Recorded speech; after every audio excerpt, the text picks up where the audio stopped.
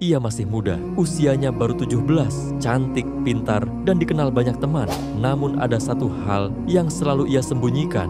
Ia benci rumahnya, ia malu pada orang tuanya, ia jijik dengan kemiskinan yang menempel di pundaknya sejak kecil. Sebagai gadis yang keras, kata-katanya tajam, wajahnya sering cemberut. Orang-orang mengenalnya, tapi tak ada yang benar-benar tahu apa yang ia lakukan di balik pintu rumahnya sendiri. Tak ada yang menyangka, saat Rara wafat, langit sore itu mendadak mendung. Tak ada angin, tapi daun-daun berguguran. Dan yang mengejutkan bukan kematiannya, melainkan suara tangis dan jeritan yang muncul dalam mimpi banyak orang. Satu persatu warga kampung mengaku mereka melihat Rara duduk terikat, wajahnya pucat, tubuhnya menggigil, dan suaranya parau, menjerit dari lubang gelap tak berdasar. Tolong, panas, tolong, aku berdosa pada ayah dan ibu. Apa maksudnya? Bukankah selama ini semua mengira ia hanya remaja biasa?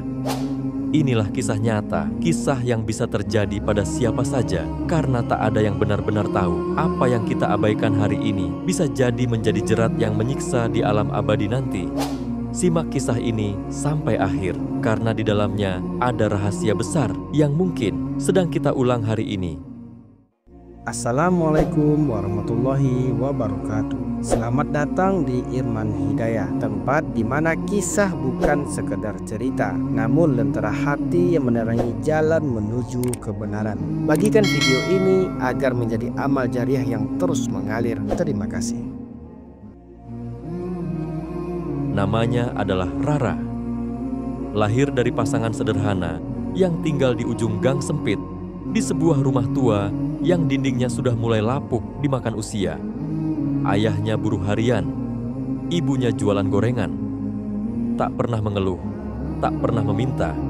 Yang mereka tahu, bekerja dan mendoakan anak satu-satunya agar jadi orang berguna. Tapi Rara tumbuh dengan luka yang tak kasat mata, tapi mengakar dalam jiwanya. Ia malu punya ayah bersarung ke sekolah. Malu punya ibu yang menjajakan gorengan di dekat gerbang. Malu ketika teman-temannya menertawakan baju lusuh yang ia kenakan. Ia tak melihat cinta di balik keringat mereka. Ia hanya melihat kekurangan yang memalukan. Lalu ia mulai berubah. Puluhan kali ia bentak ibunya hanya karena lupa menyetrika jilbab. Ia caci ayahnya karena datang ke sekolah saat upacara dengan sepatu usang. Kenapa sih nggak bisa kayak orang tua lainnya? Malu tahu nggak? Ibunya hanya diam. Ayahnya menunduk.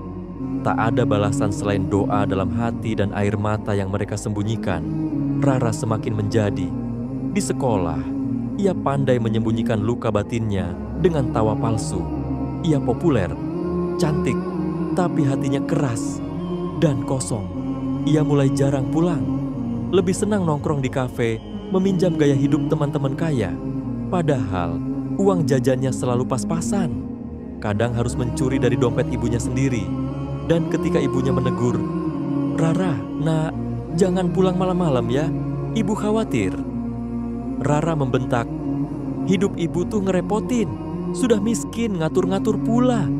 Tetangga mulai saksikan perubahan itu, tapi tak ada yang berani menegur. Karena di depan umum, Rara pandai menampilkan wajah manis, tapi malam-malam rumah itu penuh tangis. Ibunya menangis di sajadah.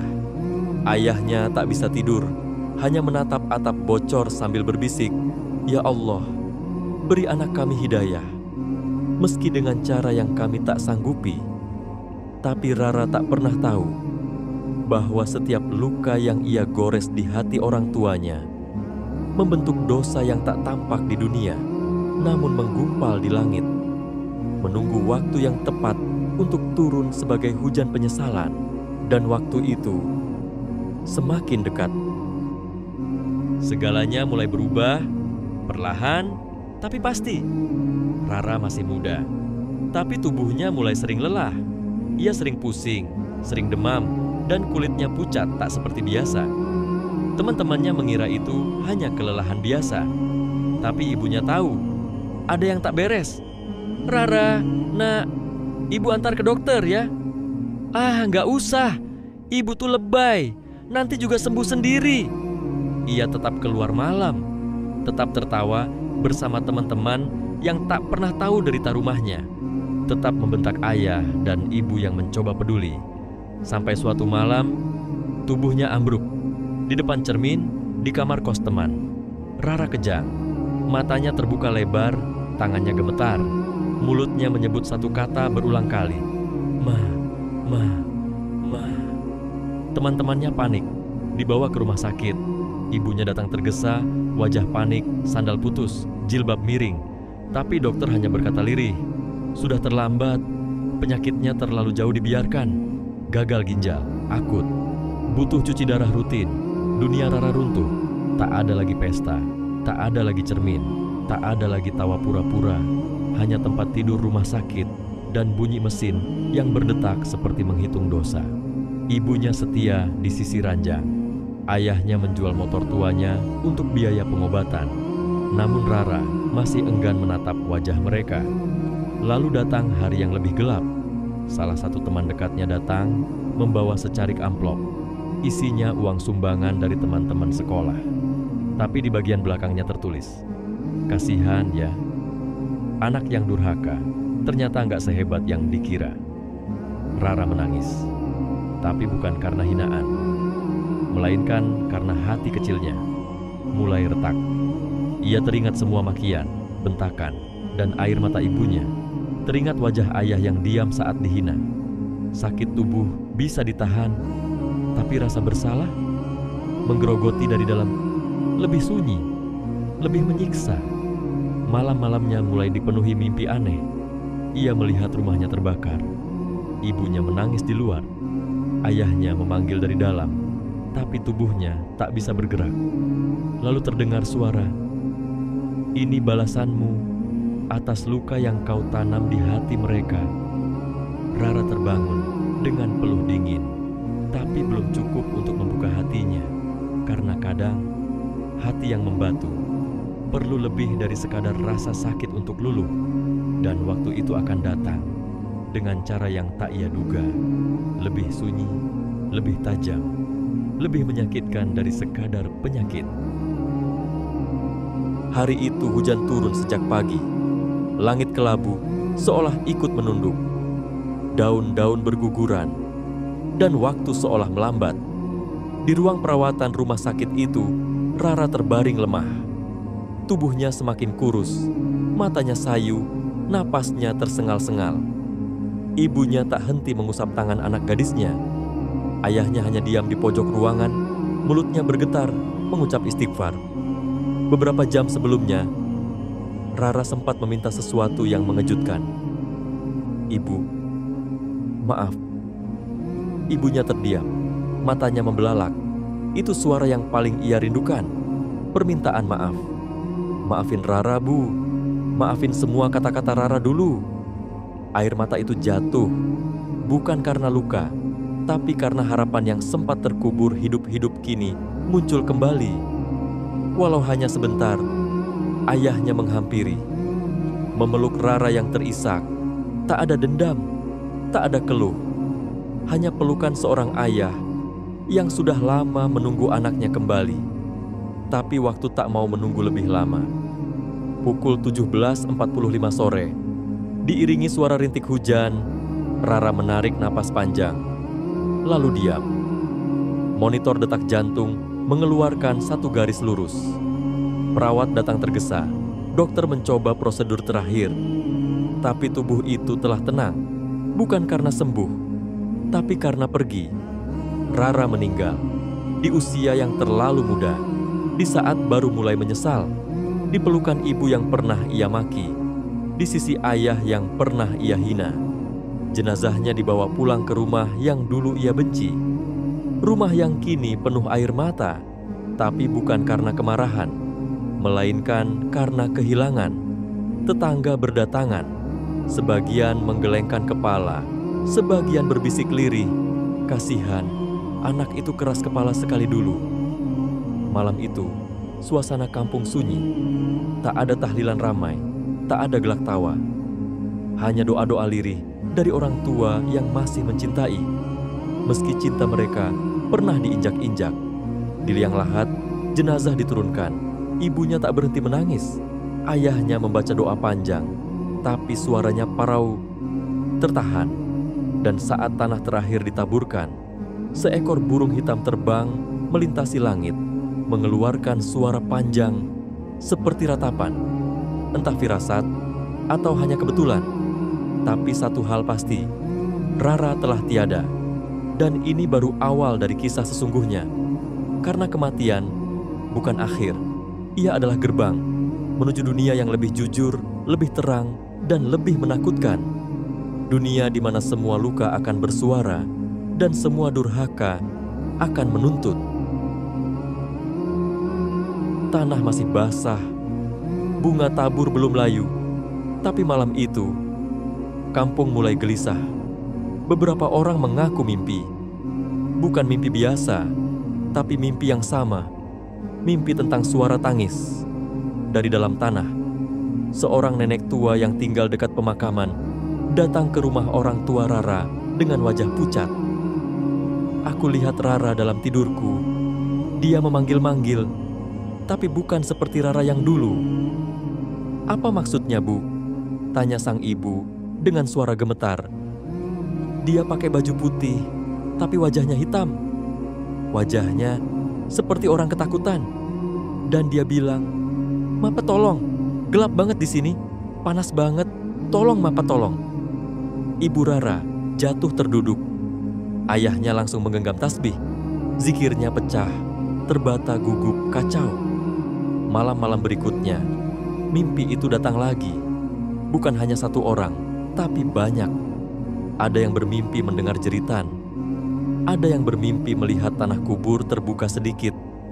Ada yang mendengar suara rantai diseret dan suara erangan dari dalam. Lalu datang satu mimpi yang paling membuat semua orang bungkam.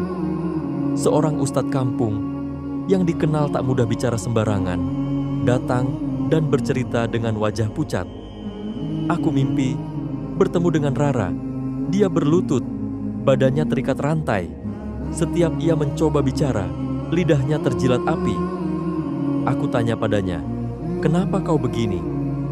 Dan dengan suara parau, Rara menjawab dalam mimpi itu, "Karena aku menyakiti orang yang paling mencintaiku. Karena aku membentak ibuku. Karena aku malu pada ayahku. Karena aku durhaka." Ustadz itu menunduk. Lalu dia menjerit.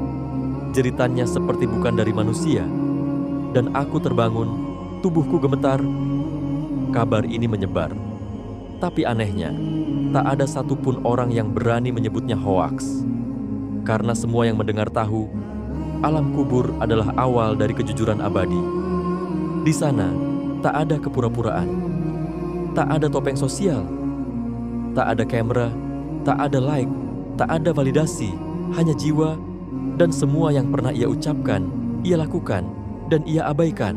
Dan Rara, gadis muda yang dulu menolak memeluk ibunya, kini memohon pelukan dalam sunyi tanah yang tak menjawab.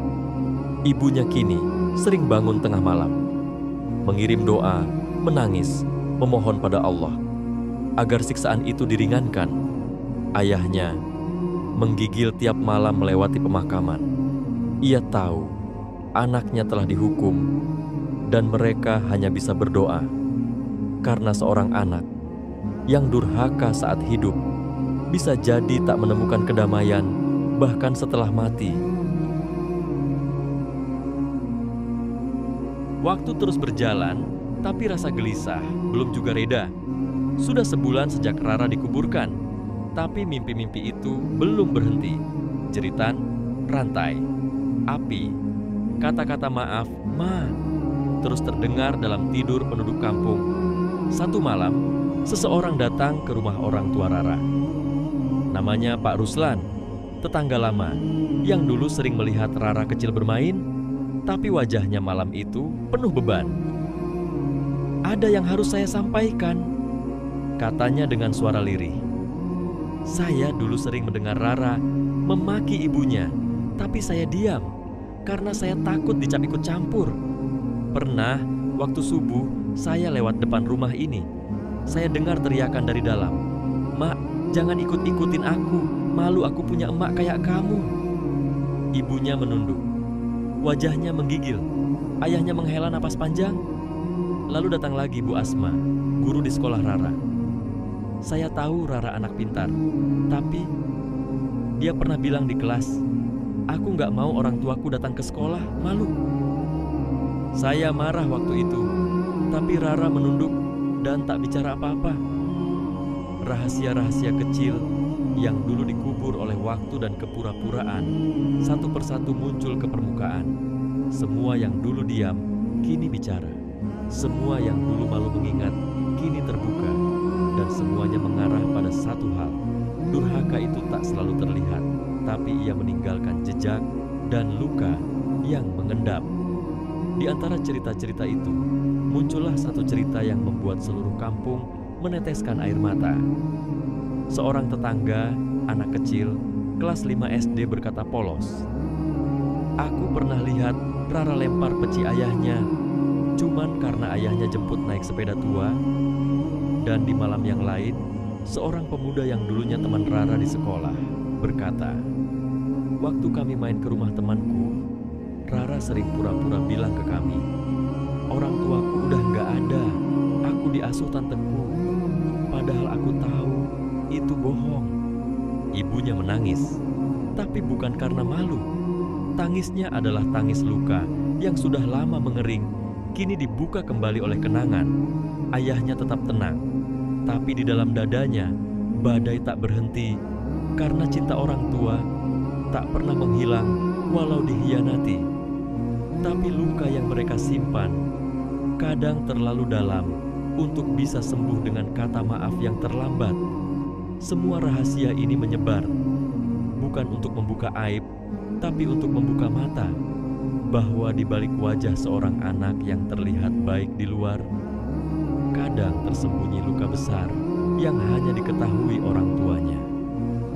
Dan ketika kampung mulai menyadari semua ini, terjadilah sesuatu yang mengubah mereka dan menjadi awal dari bab berikutnya. Sejak rahasia demi rahasia itu terbuka, kampung kecil itu tak lagi sama. Bukan karena ingin menghakimi, bukan karena ingin membicarakan dosa yang telah terjadi, tapi karena mereka seperti dibangunkan dari tidur panjang. Kematian Rara, jeritanya dalam mimpi, dan luka hati orang tuanya telah menghidupkan sesuatu yang lama mati. Rasa takut pada durhaka. Anak-anak mulai berubah. Yang tadinya ringan membentak, kini mulai menahan suara. Yang tadinya malas menjawab salam orang tuanya, kini mulai lebih lembut menyapa. Yang tadinya sibuk dengan layar dan ego, kini mulai sering duduk menemani ibunya di dapur. Dan orang tua pun berubah. Tak lagi hanya memaafkan dalam diam, tapi mulai bicara tentang cinta, tentang luka, tentang bagaimana hati mereka bukan batu yang bisa dipukul tanpa bekas. Satu hari Jumat, Ustadz kampung memberikan khutbah paling menggetarkan dalam sejarah mushola kecil itu. Ia tak mengutip banyak dalil panjang. Ia hanya bercerita tentang seorang anak yang malu pada ibunya karena miskin, yang menolak ayahnya karena tak punya kendaraan, yang akhirnya menjerit sendiri dalam gelapnya tanah. Dan di akhir khutbah itu, suasana hening, lalu pecah, bukan oleh suara, tapi oleh isak tangis jamaah yang menyadari, mungkin aku pernah seperti Rara, walau tak separah dirinya. Mungkin aku juga pernah diam saat ibuku minta tolong. Mungkin aku juga pernah membuang muka saat ayahku pulang kerja dengan peluh. Mungkin aku juga pernah durhaka tanpa sadar. Di rumah Rara, perubahan pun terjadi. Ayahnya yang selama ini hanya diam, mulai menulis. Ia menulis sebuah buku harian, bukan untuk dibaca siapa-siapa, tapi untuk menyembuhkan luka dalam dirinya. Ibunya setiap malam membaca Al-Quran. Suara pelannya sering terdengar lirih dari kamarnya. Tiap satu halaman selesai, ia berdoa, "Ya Allah, ringankan siksa anakku, karena ia pernah dari rahimku, meski ia menyakitiku." beberapa anak muda mulai sering mengunjungi rumah itu. Mereka meminta nasihat, mendengar kisah Rara dari ibunya, dan pulang dengan wajah tertunduk. Di sekolah Rara dulu, guru-guru mulai membuka ruang diskusi tentang pentingnya memuliakan orang tua, bukan hanya saat hari ibu, tapi setiap hari. Sebuah perubahan perlahan meresap, seperti embun di pagi hari, tak terdengar, tapi terasa. Dan meski Rara telah pergi, kisahnya menjadi pelita yang menerangi banyak jiwa. Kadang, Allah membangunkan hati manusia dengan tragedi yang paling menyakitkan. Dan kampung itu kini tak lagi seperti dulu. Ia menjadi saksi bahwa dari sebuah jeritan dalam kubur, lahir generasi yang belajar tentang arti mencintai sebelum kehilangan. Tinggal satu hal yang tersisa, renungan. Sesuatu yang seharusnya kita semua tanyakan pada diri kita sendiri sebelum tanah yang sama menelan kita dalam sunyinya. Maka berhentilah sejenak. Mari kita tarik napas dalam-dalam. Lalu tanyakan pada hatimu, pernahkah aku menolak tatapan ibu karena malu? Pernahkah aku mengangkat suara lebih tinggi dari suara ayahku?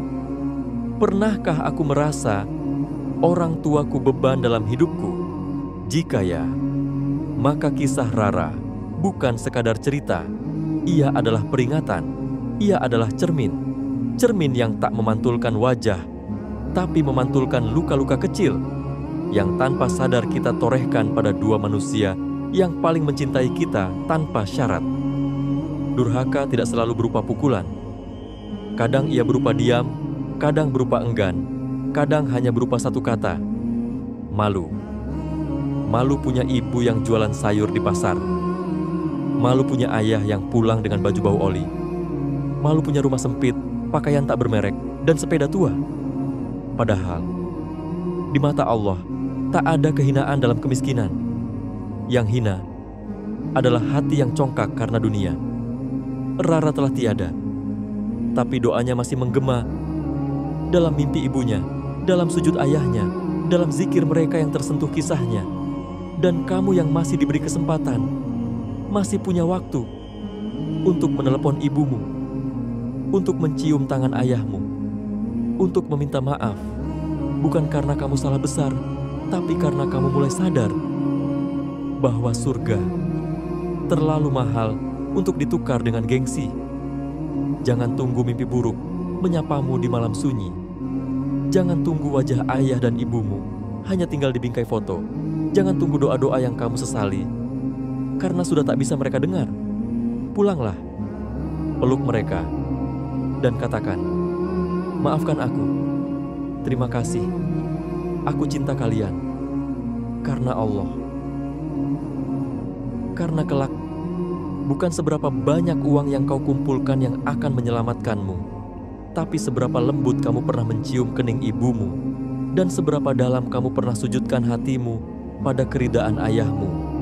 Semoga kita tak perlu menyesal untuk sesuatu yang masih bisa kita jaga hari ini. Jika kalian sedang diuji, ingatlah kisah Rara, bahwa kesabaran orang tua tak pernah sia-sia, dan di balik setiap luka hati mereka, Allah telah menyiapkan balasan yang agung. Tulis di komentar, apakah kalian pernah mengalami ujian dalam hubungan dengan orang tua? Mari berbagi hikmah bersama. Jangan lupa tekan like jika kisah ini menyentuh hati kalian, share agar semakin banyak orang mendapatkan manfaat, dan subscribe untuk terus mendengar kisah penuh hikmah seperti ini. Terima kasih sudah menonton. Semoga Allah selalu menjaga kita dalam cinta dan bakti. Wassalamualaikum warahmatullahi wabarakatuh.